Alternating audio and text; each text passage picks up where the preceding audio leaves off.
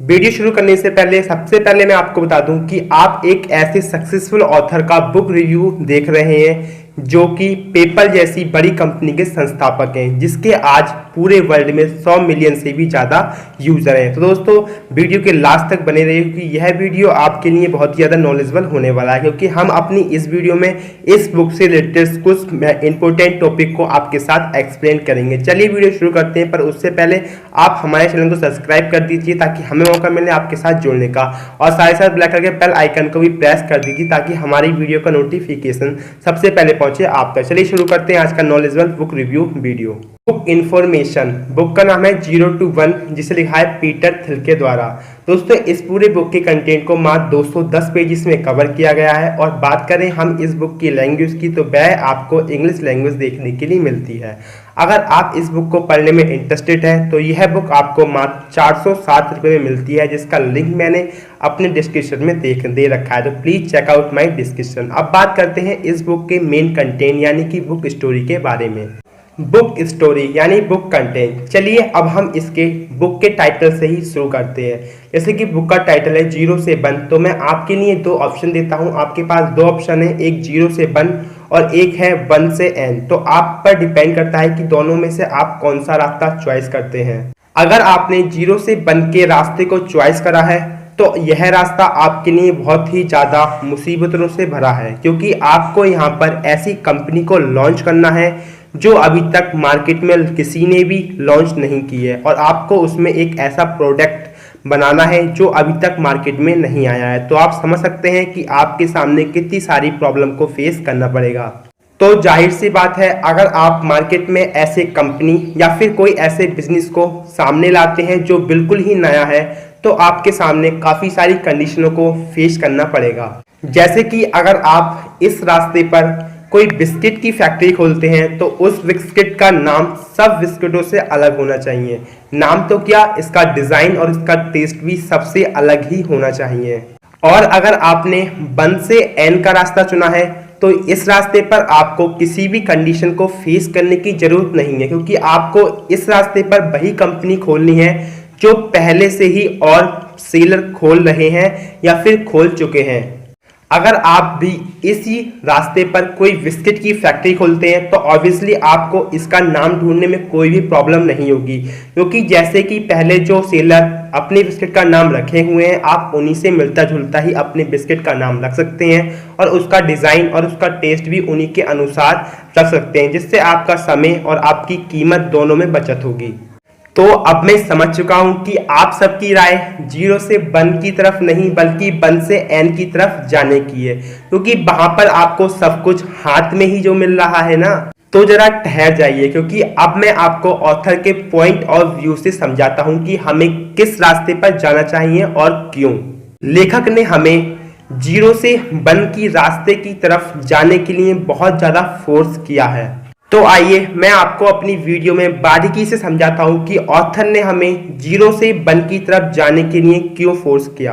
तो आप मेरी वीडियो को लास्ट तक देखते रहिए, क्योंकि मैं आपको अपनी वीडियो में ऐसी नॉलेज दे जाऊंगा लास्ट तक जिससे आप खुद ही अपने रास्ते को चुन सकेंगे। अगर आपने 12th या फिर 10th में इकोनॉमिक्स को पढ़ा है तो आपने मोनोपोली चैप्टर को जरूर ही पढ़ा होगा।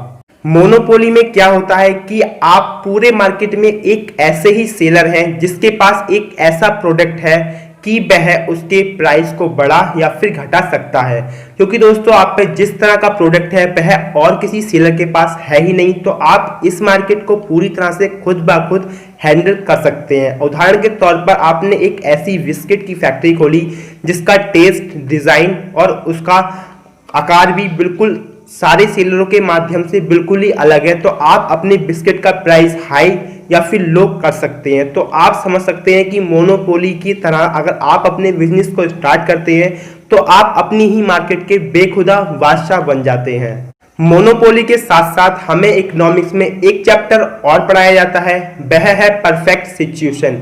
इसमें होता क्या है, इसमें हमें टीचर यह सिखाती हैं कि हमें वही काम करना चाहिए जो मार्केट में पहले से सेलर कर रहे हैं, और हमें काफ़ी डीपली तरीके से टीचर्स बताती हैं कि अगर आप परफेक्ट सिचुएशन के तरीके से आप मार्केट में कोई भी बिजनेस को क्रिएट करेंगे तो उसमें आपको लॉस कम देखने के लिए मिलेगा। अगर आप मोनोपोली की तरह से काम करते हैं तो आपको उसमें लॉस ज़्यादा देखने के लिए मिलेगा।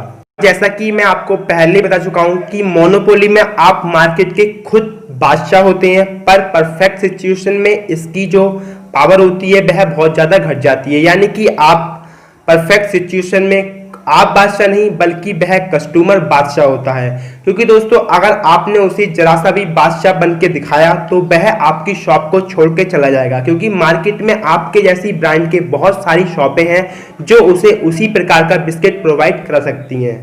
और हमें कॉलेज में यही सिखाया गया है कि आप मोनोपोली के पीछे नहीं बल्कि परफेक्ट सिचुएशन के पीछे भागो, जो कि बिल्कुल ही गलत है। क्योंकि अगर आपने 1 से n की तरफ यानी परफेक्ट सिचुएशन को चुना तो आपने गीदड़ों की रेस में हिस्सा लिया, क्योंकि जो हिस्सा तो ले सकते हैं पर कभी भी अपने लाइफ में जीत नहीं सकते, यानी कि सक्सेसफुल नहीं हो सकते। क्योंकि आजकल जितने भी लोग 0 से n की तरफ बढ़े हैं यानी मोनोपोली का के तरह अपने बिजनेस को डेवलप किया है, वो इस गीदड़ों की रेस को इंचार्ज करने वाले बने हैं। जितने भी लोगों ने 0 से 1 की ओर अपना कदम किया यानी उन्होंने मोनोपोली की तरह अपने बिजनेस को डेवलप किया, वह आज समाज में एक सक्सेसफुल मैन बन के उतरे।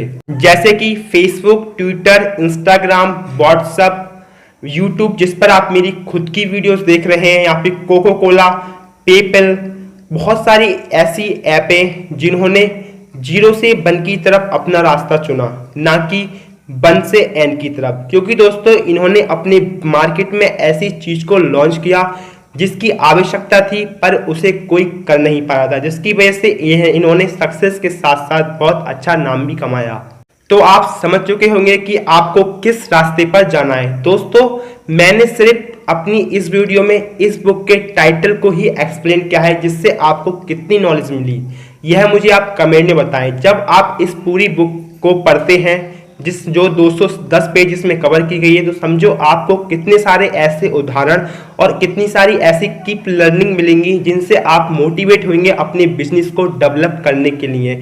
तो मैं आपको रिकमेंडेड करूंगा कि आप इस बुक को जरूर पढ़ें ताकि आप भी एक बढ़िया से बढ़िया बिजनेसमैन बन सके। बात करें इस बुक के राइटिंग स्टाइल की तो वो भी काफी अच्छी तरह से दिया गया है। जैसे कि मैं आपको बता चुका हूं कि इस पूरे बुक के कंटेंट को 210 पेजेस में कवर किया गया है। इसमें आपको कहीं भी मिस्टेक देखने के लिए नहीं मिलती है। बात करें पेपर क्वालिटी की तो वह भी काफी अच्छी तरह से दी गई है और इसके जो कवर है वह भी काफी अच्छी तरह से दिया गया है। बात करें इसके एंडिंग की तो लास्ट में जाते जाते आपको बहुत सारी ऐसी नॉलेज और कीप लर्निंग मिल जाती है जिनसे आप मोटिवेट हो सकते हैं और 0 से 1 की तरफ जाने में अपने रास्ते को शुरू कर सकते हैं। और बाकायदा आप ऑथर के एक्सपीरियंस का भी अनुभव करते रहेंगे जब आप इस पूरी बुक को पढ़ लेंगे। दोस्तों कैसा लगा आपको हमारा आज का book review video, please comment करके जरूर बताएं और साथ ही साथ हमें यही बताएं कि आपको किसी भी तरह की दिक्कत तो नहीं हुई इस वीडियो में, ऐसे कि ऑडियो से आपको साफ नहीं आया हो या फिर आपकी वीडियो क्वालिटी हमारी इतनी अच्छी नहीं हो। आप हमें कमेंट करें ताकि हम अपने आने वाले कंटेंट में आपको एक बेहतर कंटेंट प्रोवाइड करा सकें। हम लेते हैं विदा, फिर मिलेंगे किसी नेक्स्ट वीडियो में। तब तक के लिए जय हिंद, वंदे मातरम, इंकलाब जिंदाबाद। दोस्तों जाने से पहले अगर वीडियो पसंद आया तो प्लीज चैनल सब्सक्राइब करें ताकि हम आपसे जुड़ सकें लगातार, और साथ साथ इस ब्लैक करके बेल आइकन को भी प्रेस करें ताकि हमारी वीडियो का नोटिफिकेशन सबसे पहले मिले आपको। और वीडियो पसंद आया तो प्लीज लाइक करना तो बनता है। चलिए हम लेते हैं विदा, फिर मिलेंगे किसी नए वीडियो में। तब तक जय हिंद, वंदे मातरम, इंकलाब जिंदाबाद। Thanks for all viewer, thanks for all my subscriber, bye.